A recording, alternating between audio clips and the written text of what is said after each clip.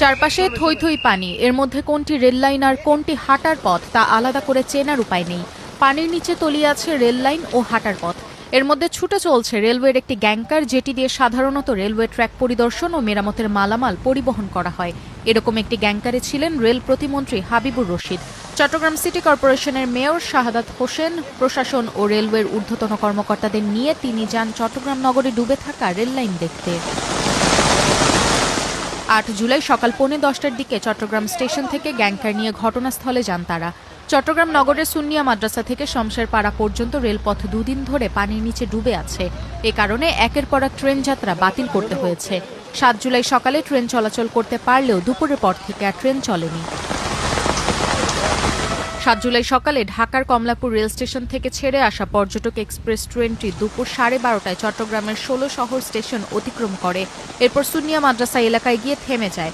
সামনে রেললাইন পানিতে তলিয়ে যাওয়ায় ট্রেনটি আবার ১৬ শহর স্টেশনে ফিরিয়ে আনা হয়। ট্রেনটিতে হাজারখানেক যাত্রী ঘণ্টার পর ঘণ্টা দুর্ভোগ পোহান। রেল প্রতিমন্ত্রী হাবিবুর রশিদ চট্টগ্রাম কক্সবাজার রেলপথের এই সেকশন নিয়ে সরকারের পরিকল্পনার কথা জানিয়ে বলেন, তাদের সরকারের ভবিষ্যৎ চিন্তা হচ্ছে এই লাইনটি আরও ৫ ফুট উঁচু করবেন। চট্টগ্রাম থেকে দোহাজারী পর্যন্ত ৪৭ কিলোমিটার রেল লাইনে কাজ হবে। ইতিমধ্যে দরপত্র প্রক্রিয়া শুরু হয়েছে। রেলপথ যখন উঁচু করা হবে তখন ৩ ফুট পানি বাড়লেও রেল চলাচল কোনো সমস্যা হবে না। এই জায়গাটা মানে ২-৩ ফিট বাড়লেও তখন রেলের আর সমস্যা হবে না চলাচল। আমাদের সরকারি ভবিষ্যৎ পরিকল্পনা হচ্ছে এটাকে ৪৭ কিলোমিটার, এটাকে আরও উচ্চতা বাড়িয়ে ৫ ফিট করে তখন বৃষ্টিপাত হলেও এটা। তবে আজকের যে গত দুই দিন যাবত যে বৃষ্টিপাত হচ্ছে এটা আসলে মানে রেকর্ড সংখ্যক বৃষ্টিপাত, যেটা অনেকে বলে যে গত ৪৫ বছরেও এত বৃষ্টিপাত কিরানি হয়নি।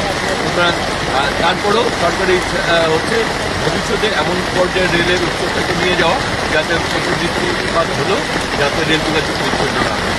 প্রতিমন্ত্রী আরও বলেন, দুর্ঘটনা এড়ানোর জন্য এই বিরূপ আবহাওয়ায় চট্টগ্রাম কক্সবাজার রেল যোগাযোগ বন্ধ রাখা হয়েছে। যারা টিকিট কেটে যেতে পারছেন না তাদের টিকিটের অর্থ আমরা ফেরত দিয়ে দিব।